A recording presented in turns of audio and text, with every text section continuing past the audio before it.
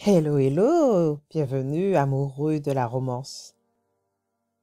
Alors, nous continuons sur notre lancée avec 365 jours, le tome 2.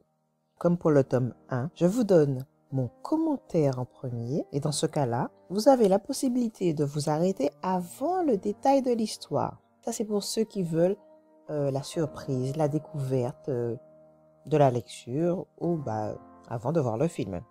Mais est-ce bien nécessaire? Car si vous êtes là, c'est que vous voulez savoir.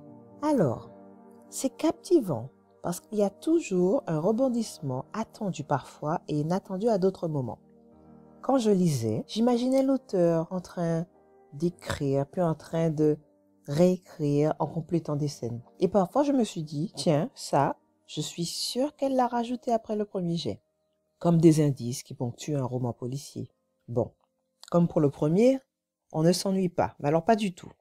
Mais la Laura, là, elle n'a vraiment, mais alors vraiment pas de bol pour avoir une vie aussi chargée comme ça.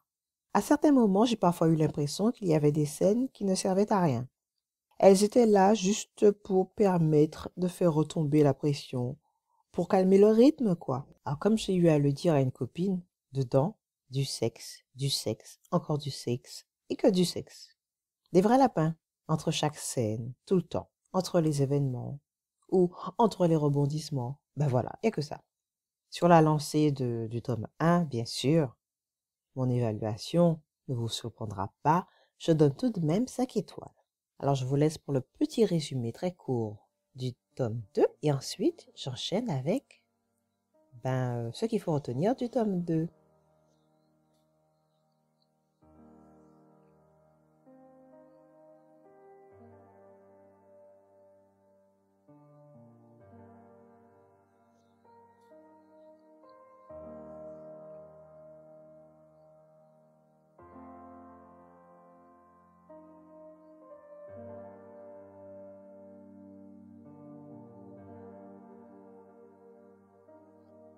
Alors, au tout début, c'est Laura qui parle, mais pendant quelques lignes. Puis, Massimo qui parle. On remonte dans le temps quand elle tombe du bateau et lors de leur premier rapport. Comme un point de vue un petit peu à la Grey, vous voyez ce que je veux dire. Une espèce d'entrée en matière, ça dure pas longtemps. Puis retour du jeu de Laura. On reprend là où le tome 1 s'est arrêté. Elle lui a dit qu'elle était enceinte. Il en pleure de joie et promet de la protéger mieux, elle et son bébé. Olga et Domenico se plaisent et bien sûr couchent ensemble et deviennent officiellement un couple. Alors le mariage a lieu sans le père de Laura, mais accompagné d'Olga et surtout accompagné du gratin de la mafia. Au mariage, Laura fait la connaissance du jumeau de Massimo qui s'appelle Adriano. Une sorte de rivalité lie les deux hommes. Adriano aurait voulu être choisi pour être Don, mais c'est Massimo qui l'a été. Et ce n'était pas son grand désir, contrairement à Adriano. 2 semaines de voyage de noces dans la Caraïbe, puis retour en Sicile. Quand ils ne sont que tous les deux, Massimo est tendre et doux. De son côté, Olga, elle avoue être tombée amoureuse de Domenico. Les deux amis passent quelques jours dans un hôtel, avec spa, non loin de l'Etna.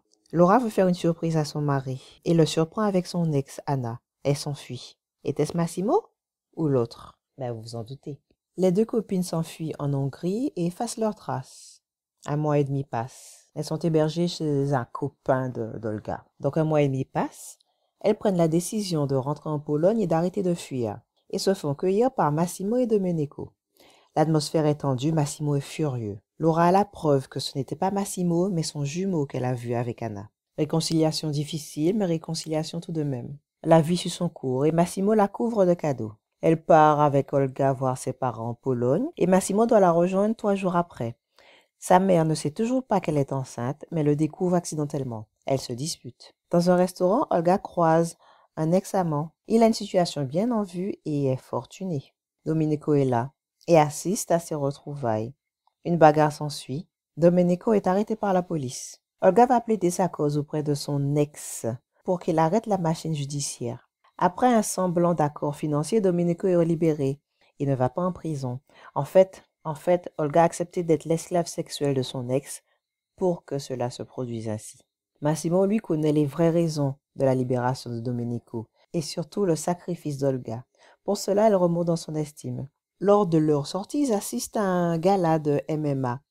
Une sorte de Street Fighter encadré. Du combat, de la violence, quoi.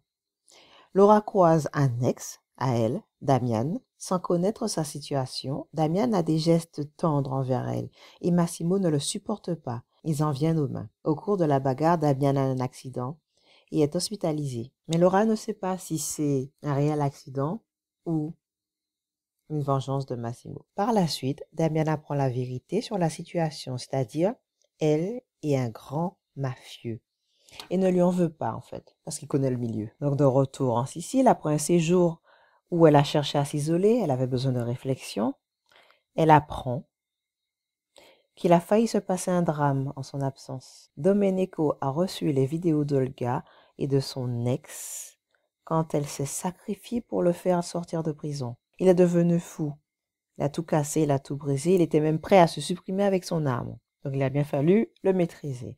Contraint d'écouter la version de Laura, il comprend le sacrifice d'Olga. Il va se faire pardonner et il lui offre une bague de fiançailles qu'elle refuse et s'en va. Elle quitte le pays.